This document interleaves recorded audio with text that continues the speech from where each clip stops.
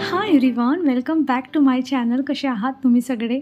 नवीन दिवस आणि नवीन दिवसाची छान अशी सुरुवात जी आहे ती झालेली आहे. पियाला मस्त टिफिन वगैरे देऊन स्कूलला पाठवलेलं आहे. अंघोळ झाली आणि त्यानंतर आता थोडीशी तयारी करून जे आहे म्हटलं चला व्हिडिओला सुरुवात करूया आणि आपल्या नेहमीच्या कामांनाही. इथे व्हिडिओ वगैरे करायचा असतो म्हणून थोडीशी लिपस्टिक लावते. अदरवाईज डेली कोणी लिपस्टिक लावत नाही, पण थोडंसं चांगलं दिसलं पाहिजे म्हणून मी ही लिपस्टिक लावते.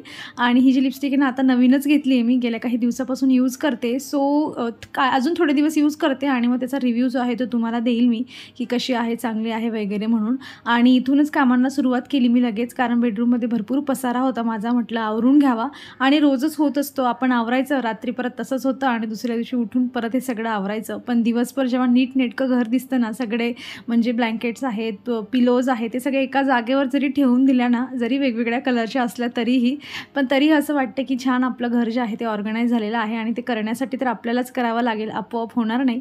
त्यासाठीच तुम्हाला मोटिवेट करण्यासाठी काही गोष्टी दाखवत असते, की तुम्हालाही मोटिवेशन मिळेल आणि तुमचाही जो वेळ आहे तो तुमच्या कामांमध्ये अजून जास्त आनंदी जो आहे तो जाईल. तर इथे हे आवरलं सगळं मी. आणि बघा, हा जो फॅन मला किचनसाठी मिळाला होता ना, त्याला मी बहुतेक वेळा किचनमध्ये ते यूज करतेच, पण बऱ्याच वेळा असं होतं ना की जेव्हा स्वयंपाकाचा वेळ असतो ना, उन्हाळ्यात तरी आमच्याकडे लाईट जातच असते बऱ्याच वेळा. त्यामुळे मग आणि आता असं झालं आहे की इतकं कडक ऊन पडतं आहे ना, तर गोष्ट अशी होते ना की एक जो छोटा कूलर आहे आमच्याकडे त्याच्याने काही आम्हाला पुरेशी हवा मिळत नाही आणि एसीचा तर काही प्लॅन नाहीच आहे ह्यावर्षी.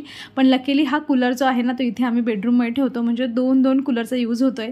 तर त्याची वायर खूप छोटी होती, स्विचपर्यंत काही पोचायचीच नाही. म्हणून आता जे रेड कलरचं तुम्ही बघितलं ना, तर काही दिवसांपूर्वी मी मिशोवरून मागवून घेतलं होतं आणि खरंच खूप छान आहे त्याची, म्हणजे जी वायर आहे ना मध्ये सगळी ती गोल गोल गुंडाळली जाते. खूपच मोठी आहे. तुम्हाला पाहिजे असेल ते मी डिस्क्रिप्शनमध्ये लिंक देते किंवा प्रोडक्ट टॅग केलेला आहे. बेडरूम आवरून झाल्यानंतर मी लगेच इथे देवपूजा होती तीही करून घेतली.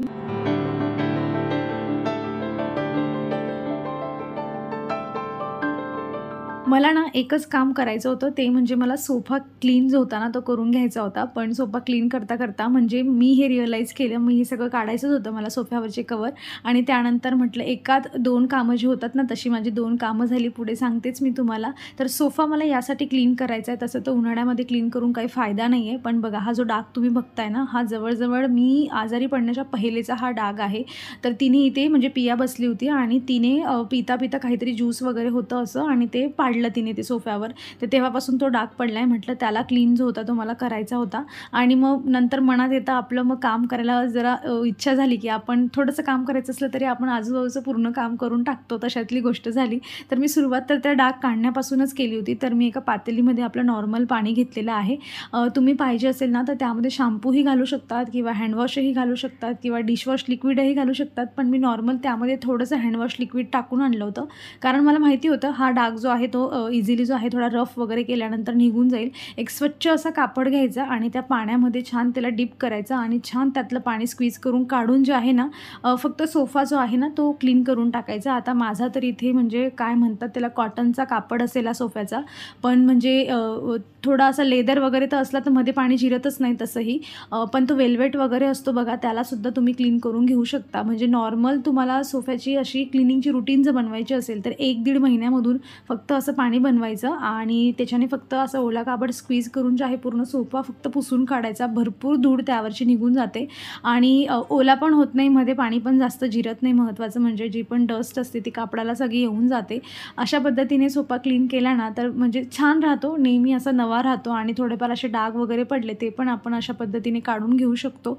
आणि जास्तच जर हार्ड डाग असेल ना तर त्यामध्ये हे पाणी बनवताना त्यामध्ये थोडा बेकिंग सोडा पण जर ॲड केला ना तर असे म्हणजे जे जास्तच खूप दिवसापासून पडले किंवा काळपटच झालेलं आहे तर ते निघून जातं. मी म्हणजे जेव्हा फर्स्ट टाईम सोफा क्लीन केला होता ना, 6-7 महिन्यानंतर पहिल्यांदा जेव्हा सोफा क्लीन केला होता तेव्हा मी त्यामध्ये सगळं जे होतं ना बऱ्याचशा गोष्टी अशा टाकून मग त्याला क्लीन केलं होतं आणि सुकल्यानंतर इतका छान फ्रेश वाटायचा सोफा. मग त्यानंतर मी रुटीनच बनवली. म्हणजे म्हणजे इतके दिवस जे असतात ना, असं गॅप पडूच द्यायचा नाही. 1.5-2 महिन्यातून सोफा क्लीन करून घ्यायचा. आणि तुम्ही बघू शकतात कापडाची काय हालत झाली होती, कारण धूळ तर एवढी येत असते की विचारूच नका. भरपूर धूळ असते, म्हणजे मी रोज जरी असं करून ठेवलं ना तरी दुसऱ्या दिवशी तेवढीच धूळ जी असते ती बसलेली असते, कारण उन्हाळ्याचे दिवस चालले. पण एक नवीन छान फ्रेश लुक जर देऊन द्यायचा आहे आणि थोडी क्लिनिंग करायची तर मला असं वाटतं की अगदी साधी सोपी पद्धत आहे. व्हॅक्यूम क्लीनर असेल तुमच्याकडे तर मग अतिउत्तम, पण नसेल तर मग अशा पद्धतीने तुम्ही क्लीन जे आहे ते करून घेऊ शकतात. थोडीशी मेहनत लागते पण सुकल्यानंतर खूप छान दिसते.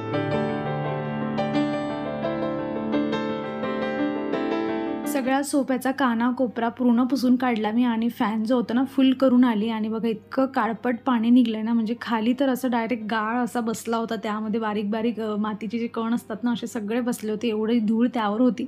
आता येणारे 8 दिवस तरी मला असं वाटतंय की थोडा तरी सोफा जो आहे तो व्यवस्थित माझा फ्रेश वगैरे दिसणार आहे. आणि लगेच जे होते जेवढे भांडेकुंडे निघाले ते लगेच मी आवरून घेतले. आणि जसं तुम्हाला सांगितलं की काम जे होतं ते झालं. माझं सोफा कवर मला वॉश करायचं नव्हतं, तरीही मी वॉश जे आहे ते करून घेतलं आणि त्यातल्या त्यात मशीनला लावलेलं नव्हतं. मी हाताने वॉश केलं. मी ह्या विचाराने वॉश केलं की ऊन पण भरपूर पडतंय आणि एवढं पण खराब नाही झालं आहे की मला जास्त एफर्ट्स घ्यावे लागतील. मी फक्त त्याला काय केलं, जे आपलं पावडर जे निरमा असतो त्यामध्ये भिजवत घातलं होतं सोफा क्लीन करायच्या आधी आणि सोफा क्लीन करून घेतला आणि लगेच पटपट 2-3 पाण्यातून काढून घेतलं आणि ते सुकवत आली. म्हणजे एखाद्या दिवशी एनर्जी असली ना मग अशी कामं होतात. नाही तर मग असं वाटतं की सगळ्याच गोष्टींसाठी मशीन पाहिजे, पण शेवटी मूड आणि एनर्जीची ही सगळी गोष्ट असते.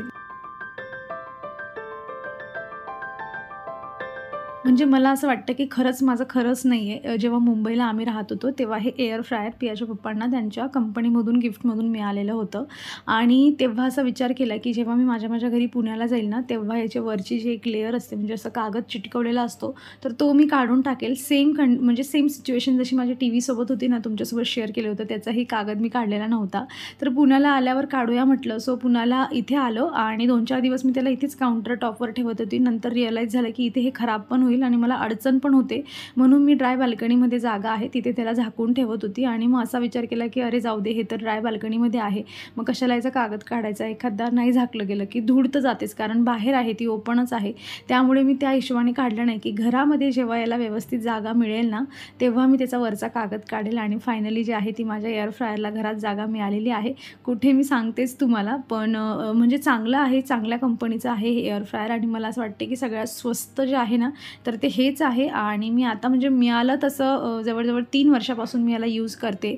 सो तुम्हाला हवं असेल तर मी प्रोडक्ट टॅग करून देते आणि बऱ्याचशा गोष्टी आपण यामध्ये बनवून घेऊ शकतो. माझं एअर फ्रायर बाहेर ठेवलेलं असतं म्हणून एवढा जास्त माझा यूज होत नाही, पण आता इथे ठेवलं आहे बघा मी. तर मे बी फ्युचरमध्ये बऱ्याचशा गोष्टी ज्या आहेत, बऱ्याच रेसिपी आहेत त्या तुमच्यासोबत मी शेअर करू शकते. कारण डोळ्यासमोर जर वस्तू असल्या ना मग त्यांचा यूज करायला पण आपल्याला आठवण येते की ओके चला आपण करून घेऊया. आपण कुठेतरी कोपऱ्यात ठेवलेलं असलं तर मग आपल्याला विसरच पडून जातो. त्यातली गोष्ट होती. आता म्हटलं फक्त एअर फ्रायर न ठेवता इथे काहीतरी 1-2 डेकोरेटिव्ह पीस ठेवूयात. आणि जे माझ्याकडे होतं 1-2 पडलेलं तेच इथे क्लीन करून व्यवस्थित ठेवलं आणि अशा पद्धतीने सध्या तरी ठेवले. तसं तर डोक्यात एवढे विचार आहे ना की 1 महिनाभर याला कशा पद्धतीने ठेवायचं, काय याच्यामध्ये ठेवायचं, याच्या आजूबाजूला काय काय सजवायचं, पण कमी पडते ती वेळेची. फक्त बाकी एनर्जी आहे माझ्यामध्ये पण वेळच मला मिळत नाही आणि म्हणून गोष्टी राहून जातात. तर तात्पुरतं अशा पद्धतीने फक्त ठेवलेलं आहे. आणि ज्या काही एक्स्ट्राच्या ग्रोसरीज आहेत ना माझ्या, तर म्हटलं असंही त्या मला जागा नसते, मग मी एकाच डब्यामध्ये त्यांना जे आहेत ठेवते, नाही तर मोठ्या पिशवीमध्ये पॅक करून मग ड्राय बाल्कनीमध्ये थोडी जागा असते तर तिथे ठेवत असते. ते सगळं घेऊन आले मी आणि ते इथे छान आता ऑर्गनाईज करून ठेवते. म्हणजे मला जे पण पाहिजे असेल ते इथे मला घेता येईल. आणि किती ना म्हणजे एकाच गोष्टीच्या वेगवेगळ्या पद्धतीने यूज करायचा. शिवरॅक मागवलं, त्याला आधी किचनमध्ये यूज करा, इथे मन भरलं की मग त्याला शिवरॅक म्हणून यूज करायचं. गोष्ट जरी छोटी असली ना तिला आपण आनंदात कसं म्हणजे कन्व्हर्ट करून घेऊ शकतो हे आपल्यावर डिपेंड असतं. शेवटी प्रत्येक दिवस जो आहे आज नंतर उद्या येईल, उद्यानंतर परवाही येणार आहे आणि तेच सेम लाईफ आहे. त्याच सेम लाईफमध्ये आपण छोट्या छोट्या गोष्टी कशा कन्व्हर्ट करून अजून जास्त हॅपी राहू शकतो याच्यावर फोकस केला पाहिजे. मी तर हे छोटंसं ऑर्गनाईज करून पण खूप जास्त आनंदी झालेली आहे. आणि बघा किती सुंदर दिसतंय हे किचनमध्ये.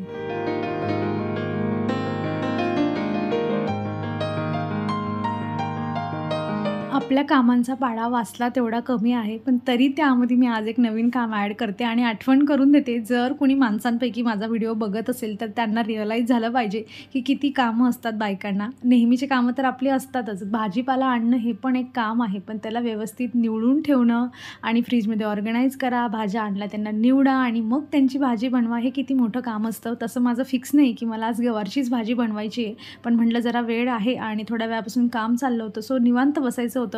म्हटलं निवांत न बसता निवांत बसून काहीतरी काम करूया, म्हणजे काम पण होऊन जाईल माझं. मग भाजी आज बनव किंवा उद्या बनव, आज बनली तरी फायदा आणि उद्या बनला तरी पण निवडलेल्या शेंगा मिळतील आणि मला झटपट जी आहे ती भाजी बनवता येईल. सो 10-15 मिनिटांमध्ये मस्त भाजी निवडून घेतली आणि त्यानंतर डिस्कस झाल्यानंतर जे आहे ते असं डिसिजन झालं की आज गवार नको, वांगी आहेत तर वांगी संपवून घेऊया, उद्याच्या दिवशी मस्त डाळ भात आणि गवारची भाजी बनवूया. असं डिस्कशन झाल्यानंतर मग आता ते महत्त्वाचं काम असतं, की आज स्वयंपाकमध्ये बनवायचं काय? त्याचं सोल्युशन आपल्याला माहीत असलं, की ओके हे बनवायचं आहे. मग काम एकदम सोपं होऊन जातं आणि ते मला मिळालं आहे म्हणून मी झटपट जे आहे ते कामाला लागली.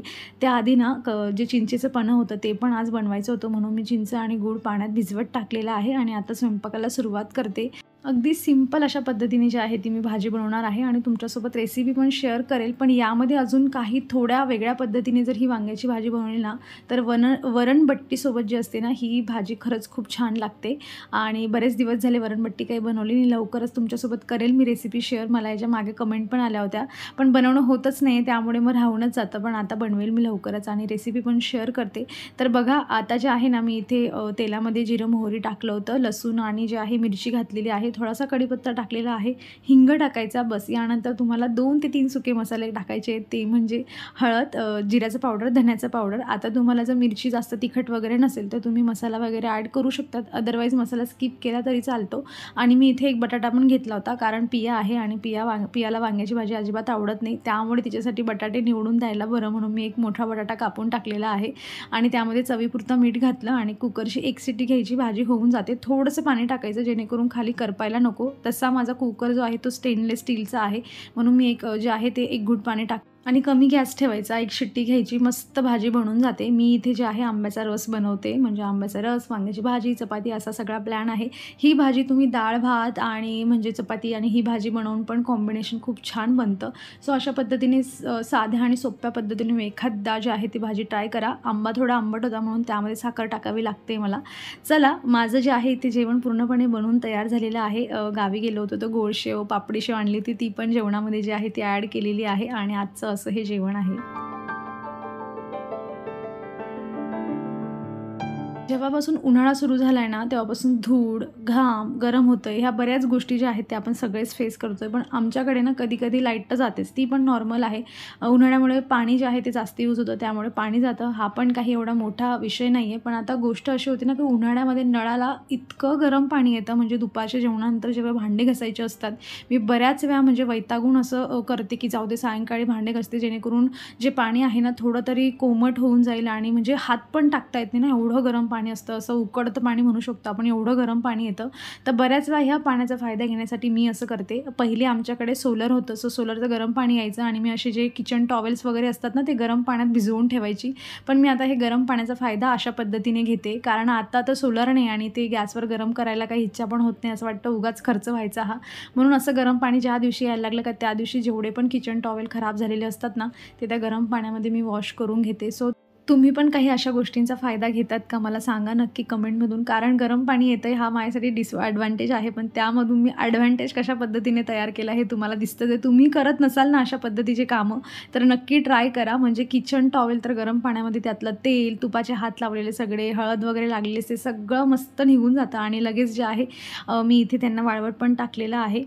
बघा आजच्या दिवशी 2 कामं अशी होती जी मला नंतर म्हणजे फ्युचरमध्ये कधी ना कधी करावे लागले असते, ते मी करून टाकले. एक म्हणजे सोफ्याचं कव्हरही माझं वॉश झालं आणि किचन टॉवेलही वॉश झाले. कधीतरी तर मला 1-2 दिवसानंतर त्यांना वॉश करावंच लागलं असतं. तर सो फ्युचरचं काम मी आता करून जे आहे ती निवांत झालेली आहे.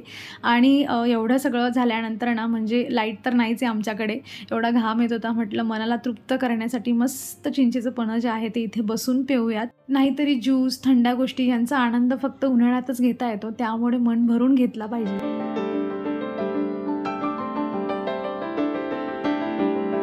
यानंतर मी म्हणजे 1.5-2 तास तरी ना म्हणजे माझा रुटीन आहे असं, की दुपारच्या वेळेला काहीतरी व्हिडिओचं जे काही पेंडिंग काम असतं ते मी करत बसलेली असते आणि मग 4 वगैरे वाजले की मग पुन्हा आपले जे कामं असतात ते करायला सुरुवात करायची. तर सोफ्याचे कव्हर्स जे काढले होते त्यांना म्हटलं जागच्या जागी ठेवून देऊया, कारण पिया आहेच परत खराब करायला. आणि बघा जो डाग आहे ना तो बऱ्यापैकी निघालेला आहे, फक्त त्याची जी आउटर लेयर होती ना अशी बॉर्डर जी आहे ना ती थोडी राहून गेली आहे. थोडी अजून चांगलं स्क्रब केलं असतं ना तर ती पण निघून गेली असती, पण पहिल्यापेक्षा तर बराच गायब झाला आहे. त्यामुळे आता डायरेक्ट लगेच कुणाच्या लक्षात नाही येणार. पण पहिले असं व्हायचं की थोडंही सोफ्याचं कव्हर साईडला झालं ना की लगेच तो डाग दिसून जायचा, पण आता तसं काही होणार नाही. तर बघा मी तुम्हाला प्रूफ पण दिलेला आहे. आता तुमचाही सोफा खराब झाला असेल तर तुम्ही नक्कीच जे आहे ते अशा पद्धतीने क्लीन करून घेऊ शकतात. आणि जसं मी तुम्हाला सांगितलं की 4-4:30ला मी जे काही कामं असते ते करायला सुरुवात करत असते. 2-2.5 तासांच्या माझं जे आहे एडिटिंग वगैरे सगळं केल्यानंतर आणि मग वाजूनच जातात हळूहळू. 5 वाजले, 4:45 वाजले की असं वाटते की चला आता चहा घ्यायची वेळ वेळ झालेली आहे, मस्त चहा ठेवा आणि जी पण दिवसभराची जेवढीही थकाण असेल, थकवा आलेला असेल, तो सगळ्या अर्धा कप चहाने जो असतो तो मस्त निघून जातो. आणि